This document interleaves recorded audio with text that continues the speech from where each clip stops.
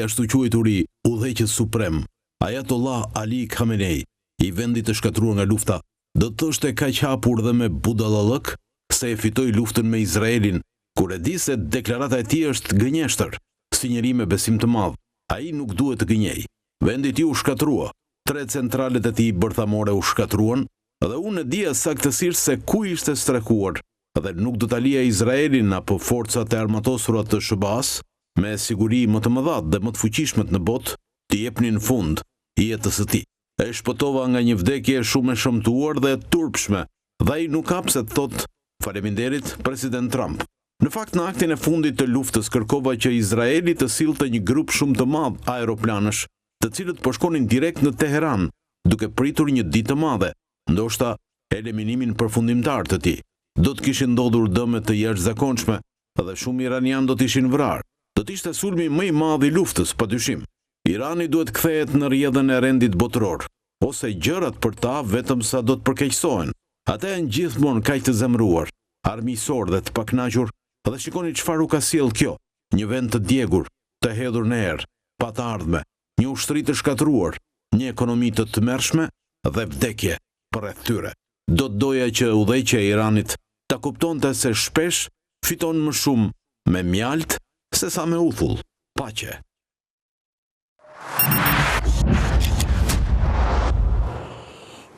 Pavarësisht se moda e gjeopolitikës në disa kanale ka kaluar, sepse në fakt të jesh I imituar në trend është gjë shumë e bukur, por gjithmonë kopja të mbete kopja, origjinali mbete origjinal. Nuk mund të braktiset pra analiza gjeopolitike e situatës e cila e çoi botën deri në greminën e luftës së botërore. Por jemi shumë pak centimetra larg buzës së greminës. Paktën ky është arsyetimi I përgjithshëm I shumicës analizave paksa disfatist. Por fakti është që flitet gjithmonë më tepër për buxhetin gjigant të NATO-s që u miratua në samitin e NATO-s, për rrezikshmëri, për bombardimet, po themi ruse në Ukrainë dhe një pothuajse incident ajror midis Polonisë dhe Rusisë në qiejt afër kufive ku shtrekën që Poloni, Rusi dhe Ukrainë. Pra, gjithmonë më tepër, tani më vëmendja ndërkombëtare dhe botërore është tek fakti që ekuilibri I brisht I rivendosur me paqen, midis paqen thojza, paqen imponuar ndërmjet Izraelit dhe Iranit mund të prishet nga momenti në moment dhe sigurisht masakrat dhe vrarët në Gaza, në rripin e Gazës, është mjerimi vazhdon të ferri, vazhdon të mbjedhë viktimat pafund. Pra, ka ardhur momenti, sepse ne nuk e bëjmë mod gjeopolitike, ne bëjmë emision, për të analizuar këtë luftën e 12 ditëve midis Izraelit dhe Iranit, kush e fitoi? Dhe ka një rëndësi strategjike apo jo që Donald Trump thot që e shpëtova Khamenein dhe ndoshta desa pam që u vran 30 general, dije dhe bunkeri se ku ishte Khamenei. Pra, është apo s'është kjo? Nga ana tjetër, enigmën nëse u shkatruan apo jo laboratorët, fabrikat, si mund t'i quajmë uzinat, e pasurimit të uraniumit, u shkatua me të vërtet, po apo jo, dhe është e vërteta që thuhet nga Grossi, që është kryetari apo shefi I energjisë atomike në Kombet e Bashkuara, që thotë që Irani po dëndoj, mund të rifillojë për 3-4 muaj përsëri pasurimin e uraniumit për rrezikshmëri për krimin e bombës atomike. Pra, për ta zbërthyer këtë për herë të parë në emision, kam zotin Memush Abilej, më mbrëma zoti Abilej, inxhinier ushtarak me gradën kolonel. Mirë se erdhe. Kapiten Goxhaj, më mbrëma, mirë se erdhe. Alfred Plumi, më mbrëma, ekspert I marrëdhënieve ndërkombëtare, gjithmonë më I pranishëm në emisionin tonë. Nida Bozhego, më mbrëma, si ekspert I drejtës ndërkombëtare në një botë që ka gjithmonë më pak të drejtë ndërkombëtare, dhe historiani Gjet Noi, I cili, si thuash, kaosin e kryer nga politika shpeshherë dhe nga gjeopolitika gjithmonë më shpesh, mundohet të na I klasifikohen në kategori historike. Më mbrëma, zoti Ndaj. Më mbrëma, ashtu që. Atë, Ju si historian, me që të lasë fundit, po ta fjalën fillim, me pak fjalë, si e gjykoni, kush i fitoi luftën midis Izraelit dhe Iran? Po fillojmë nga ajo që është më thjeshta, dhe që ne jemi më të sigurt, jemi tek pjesa Irani nuk e fitoi luftën. Kjo është e sigurt. Nuk e fitoi sepse humbi satelitet ose gjithë logjistikën apo gjithë satelitet që i kishte të armatosur deri në dhëmb, duke filluar nga Hamasi, Hezbollahu dhe Houthi, u shkatruan para se sa ta godisin bile Iranin. Ndërkohë, kjo pyetje po ngrihet dhe ndoshta edhe me vend ngrihet kush e fitoi luftën, sepse ajo goditja në dukje shkatrimtare e Izraelit, që i solli pasoja vërteta, pasoja të jashtëzakonshme në dëm të shtetit të Iranit, plus një bombardim. Ju historianët do mundi thoni gjatë me po ose me jo, një bombardim, fitoi kush? Një bombardim i jashtëzakonshëm i Shtetet Bashkuara të Amerikës, prapë kjo pyetje ka vend sepse nuk po jemi të sigurt janë goditur vërtet. Okej.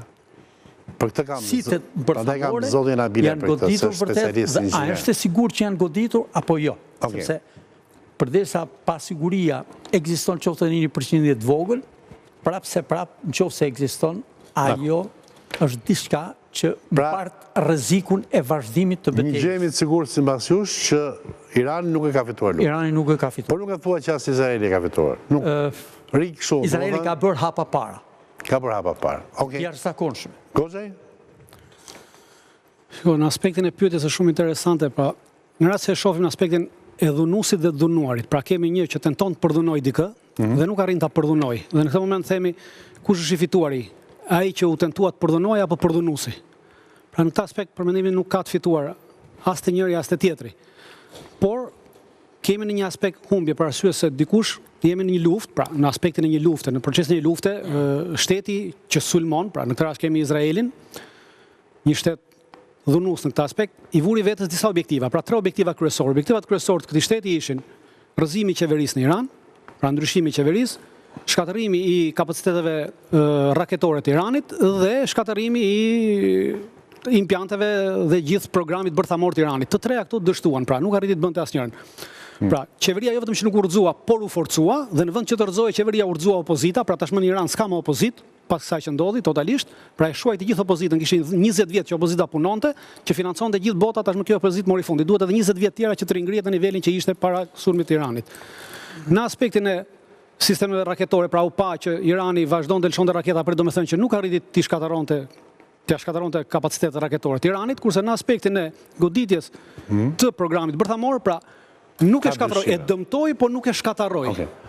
Do të ndërkall një pyetje këtu. Është e vërtet sepse dje dhe sot kanë qarkulluar një informacion e fundit që Irani ka bërë një marrëveshje me Republikën Popullore të Kinës për blerjen e një aeroplani shumë sofistikuar. Ja, nuk e di se si ka.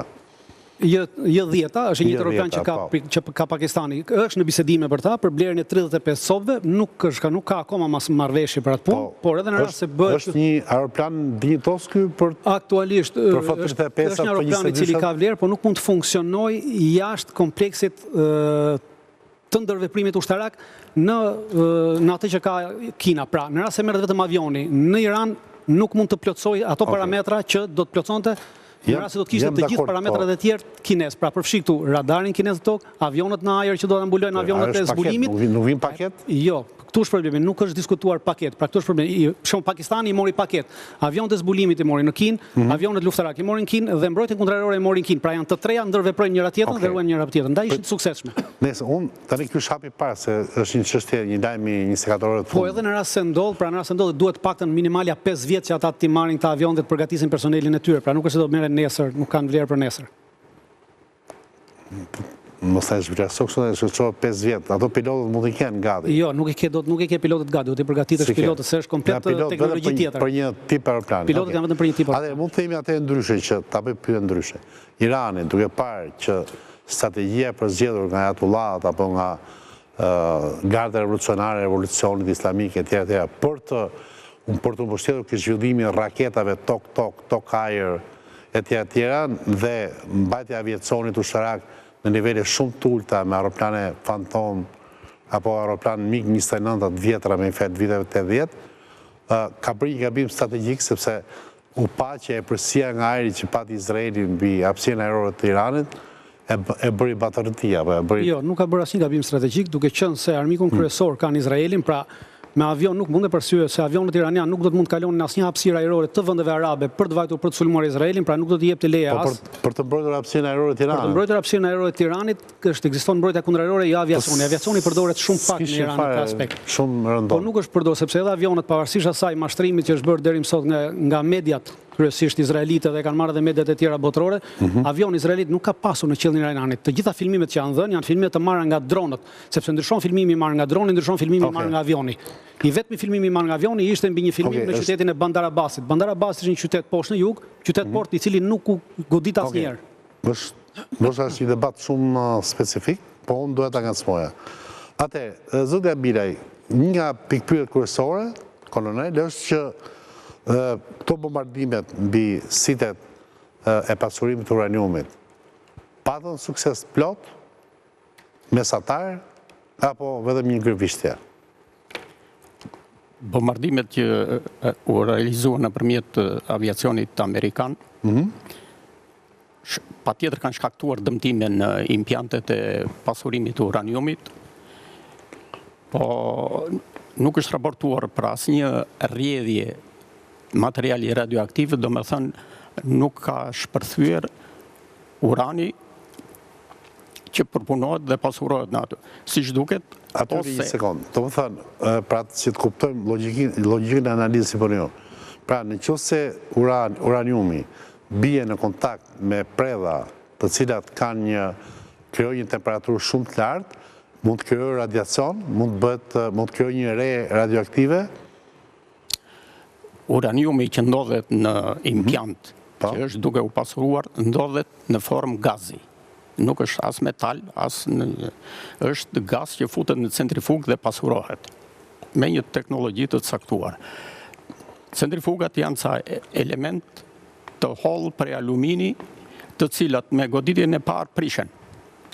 Dhe në qoftë se do të ndodhë shpërthimi në afërsitë të këtij impjanti që punon në këtë formë, dhe pretendojmë që impjanti ishtë prishur, do më thënë do shpërthej gazi, uranium, i cili është radioaktiv dhe do përhapet në atmosferë. Me njëherë, impjantet e përgjimit dhe të kontrollit të ambientit do t'japin alarmin që këtu ka rrjedhje radioaktive.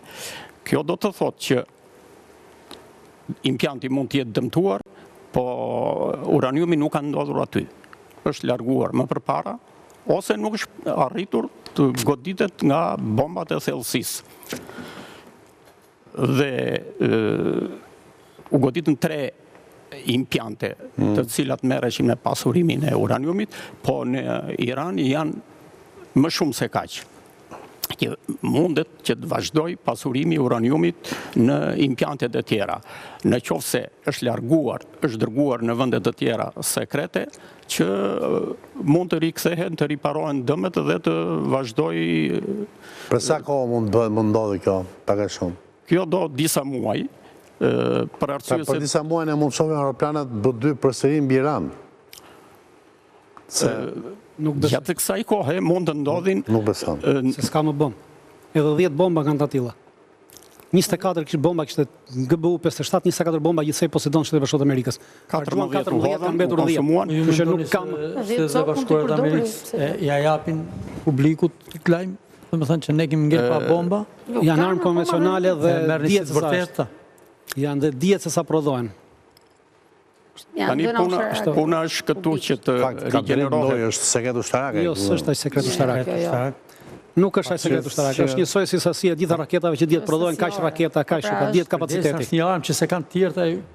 Jo, teknologjia është tjetër gjë. Teknologjia është tjetër gjë, po sasia dihet.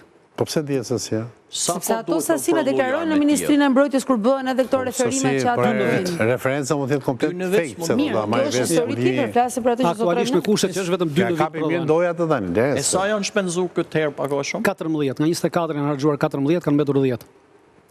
Po për herën tjetër bodh janë 10.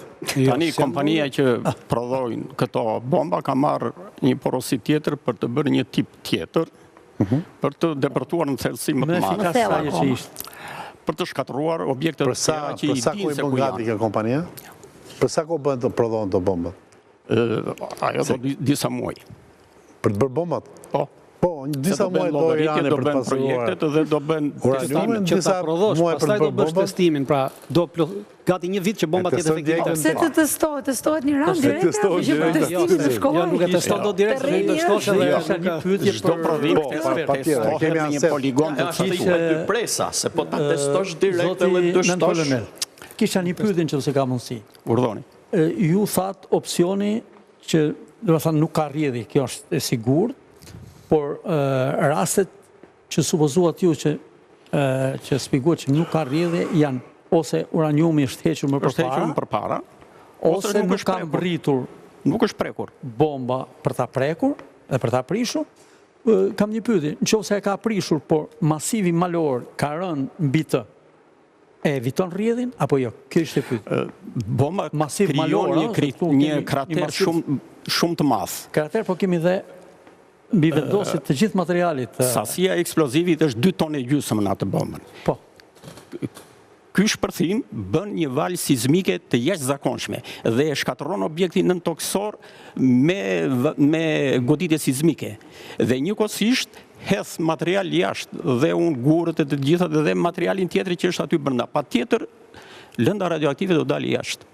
Në qoftë se është goditur, mundet mos a ketë arritur ose është hequr edhe janë prishur centrifugat janë bosh aty. Po nëse nuk ka patur fare, sepse shpeshherë po flitet për që nuk ka patur fare. Pra që është një e tha vetë. Jo, e kam në kuptimin e asaj që u bë më shumë politikisht tani për te aspektit teknik. E kishte pyetje për kolonelit. E kam sepse patjetër.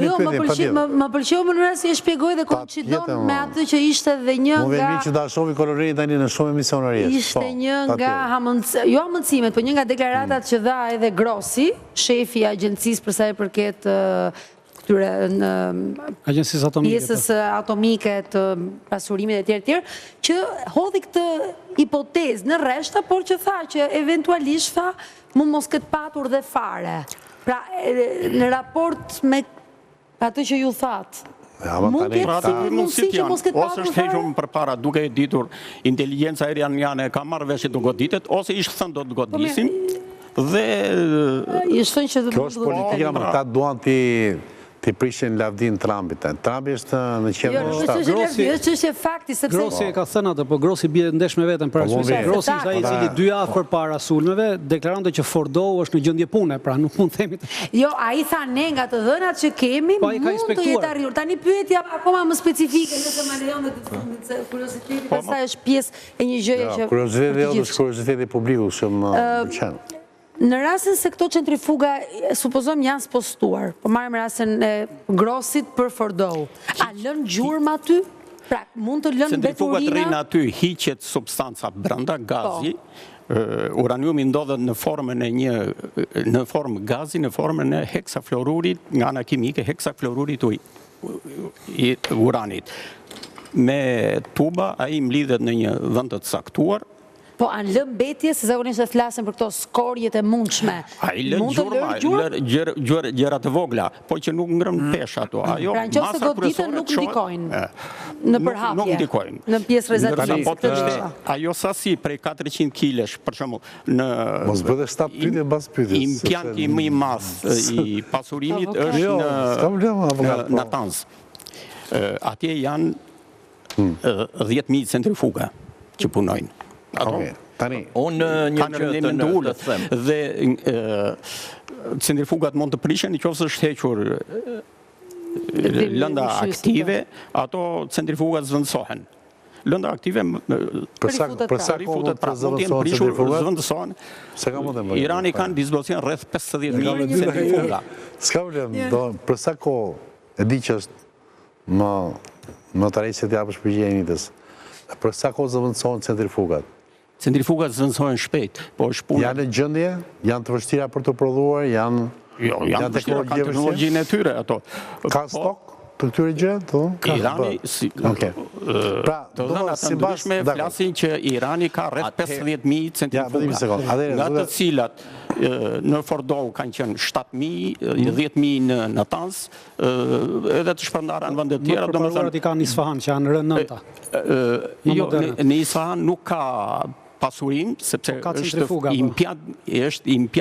janë impjantet e reaktorve dhe të studimeve shkencore. Atje mund të ka centrifuga, po janë për qëllime laboratorike. Ndërsa prodhimi industrial bëhet në këto dhe në disa qendra të tjera të fsheta. Për të kuptuar logjikën e kësaj analize, se pas dhe të punëmi. Fakti që nuk është vërejtur, kush e konstaton që ka patur apo s'ka patur radiacion? Kapet nga satelitet apo nga agjendet, nga spionat aty përdallë? Kapet duke filluar nga spionët, nga vetë Irani, i cili ishte interesuar të kontrollojë ambientin që ka rrjedhje apo jo.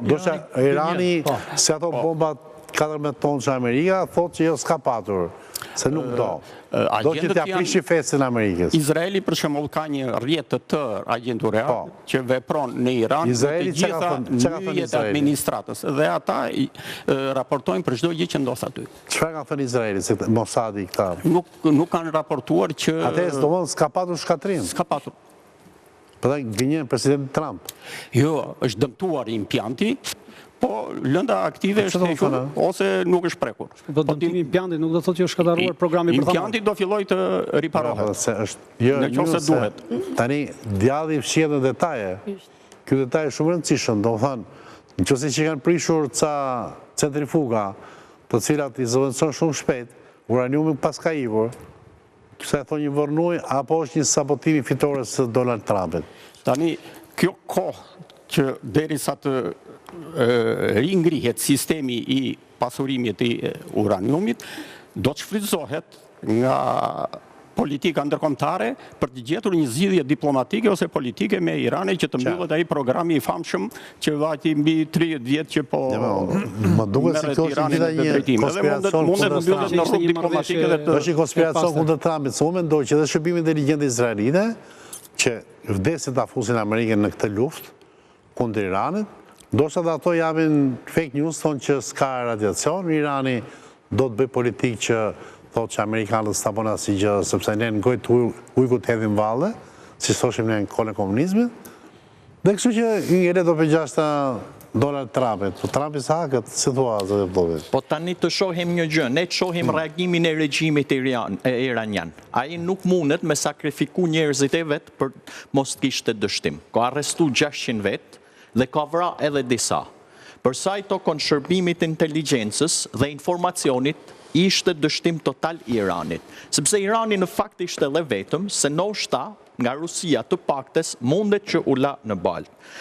Përsa i tërket anës teknike dhe anëve tjera që u shkatru plotësisht ose u dëmtu, atëherë është i gjë që dhe mund të ketë marrëveshje që të luajnë topin dy palët dhe ketë një marrëveshje sofistikume që asnjëra palë të mos poshtrohet pra të ruajnë Iranin, të ruajnë regjimin me qëllim për të arritur një marrëveshje paqësore.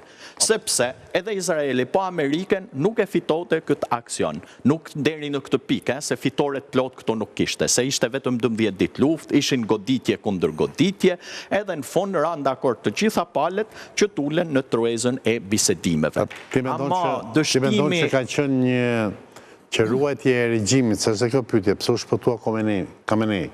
Pra, ruajtje e regjimit më mirë një regjim i lodhur se sa një regjim i panjohur që mund të vijë Iranit. Jo, për interesat paqes, është puna lodhjes e pa lodhjes. Puna për me arrit paqen sa më shpejt, se tani ai nëse është pushtet dhe është vërtet i lodhur, ai mund të marrin vetin prap kur han pushtet. Problemi është, mendoj, pse Trumpi nxitoi për ta bërë këtë paqen, se ka një pyetje tjetër.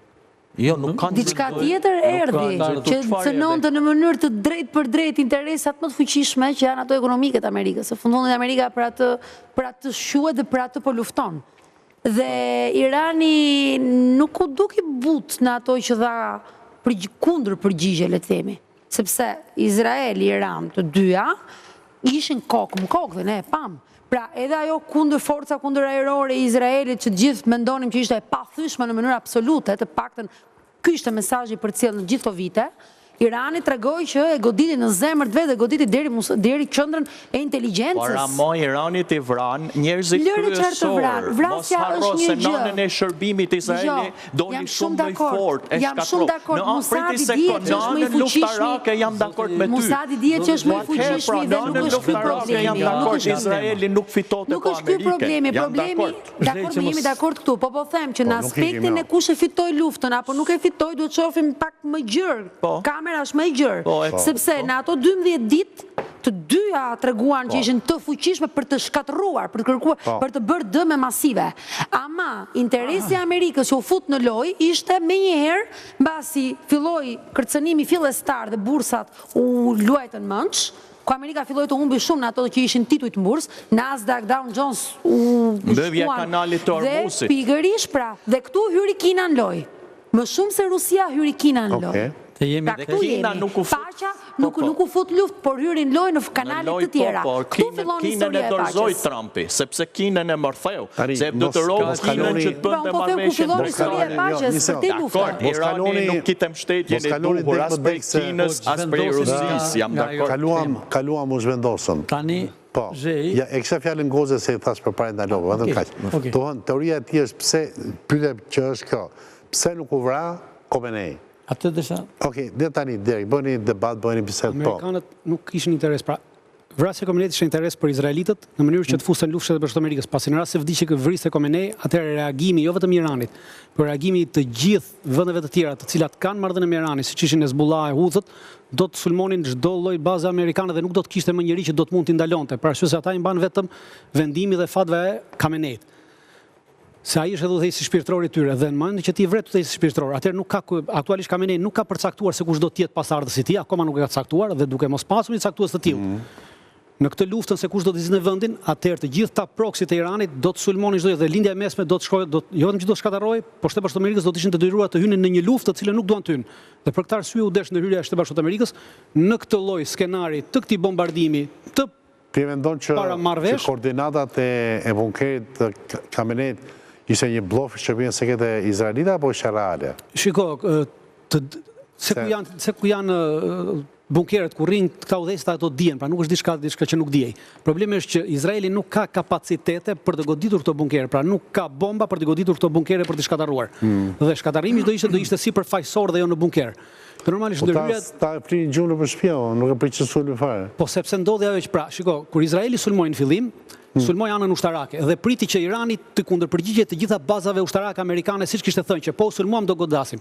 Në këtë moment iranianët u kontaktuan me amerikanët dhe thanë që neve, kontakti që u bë dhe biseda ishte tillë që ne nuk kemi gjë me juve, kemi me Izraelin. Në këtë moment ju kthyen Izraelit. Në moment që u kthyen Izraelit, Izraeli e pa që iranianët për atëherë sulmuan komplet pjesën tjetër të generalëve duke vrarë nëpër shtëpia. Në mënyrë që detyron të hynin. Pse nuk u vra Khamenei, sepse nuk u vra, u ruajt nga Shtetet Bashkuara të Amerikës. Pro mos u vrarë sepse në rast se do të vritet atëherë ndërhyrja e Shtetit Bashkuar të Amerikës në luftë do të ishte e pashmangshme. Jo e nxjerr që Trumpi është presidenti. Do të ishim në një luftë të tretë. Shikoj, nuk është presidenti i paqes, është presidenti i interesit. Por edhe i paqes, ajo që thot Goxhaj është një pjesë që edhe unë pajtohem, por shumë pjesërisht, sepse nuk mundet pa Iranin, tash ka rënë forca dhe fuqia e këtyre edhe të Hezbollahve, edhe të Houthi, edhe jo se s'bëjnë dëm, dhe një mënyrë është kjo, por kryesorja unë mendoj që është diçka tjetër që e ka marrë mbrojtje Trumpi. Ai është asi nën mëng i Donald Trump. Ky njeri ka gjithë marrëveshjet me Rusinë, ka gjithë marrëveshjet me Kinën. Është njeriu me pushtet në Iran. Khamenei.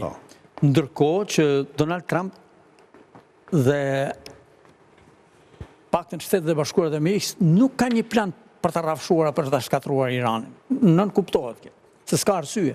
Aty mund të shkoj arsye, mund të shkoj deri aty sa për të ndrru regjimin, për të zëvendësuar regjim tjetër, pro-perëndimor apo minimalja jo fetar, një regjim. Pra arsyeja nuk po ma shpjegon. Arsyeja është sepse ai është në një farë mënyrë e them figurativisht se nuk mund të jetë klasike kjo, po ai është një peng i Donald Trumpit sot. Khamenei është peng i Donald Trumpit për të vazhduar bisedën dhe për të vazhduar komunikimin me të. Për shumë arsye duke filluar nga ajo që është më e parëndësishme që thëmë kjo e gogja që mos ketë një dalje jashtëdurve të konflikt. Të lutem, analizë për analizë nuk dua, unë dua një analizë që den një përfundim. Pra nuk e vrau, sepse i duhet. Sepse i duhet peng. I duhet peng. Kjo është logjika. Në rregull, aty rrim se to lidhset pastaj e mori peng. Nuk besoj që në këtë deri në këtë fazë, por janë shumë interesa. Me Kinën arriti marrëveshjen tregtare, me Rusin, Trumpi... Se shkoni ke Kina prapë, ne po flasim për Khamenein tani. Po mirë më, po Khamenei është aliat i Kinës, morzhej në Khamenei ka kultin kryesor të gjithë fuqisë Iranit. A i 86 vjetë shumë abur tani e mësa. Aqë më tepër se 86 vjetë. A i ka në fuqi shpirtërore, e bën një lutje, e bën një kështu. Irani është një shtet teokratik, pa është një demokraci teokratike. Po.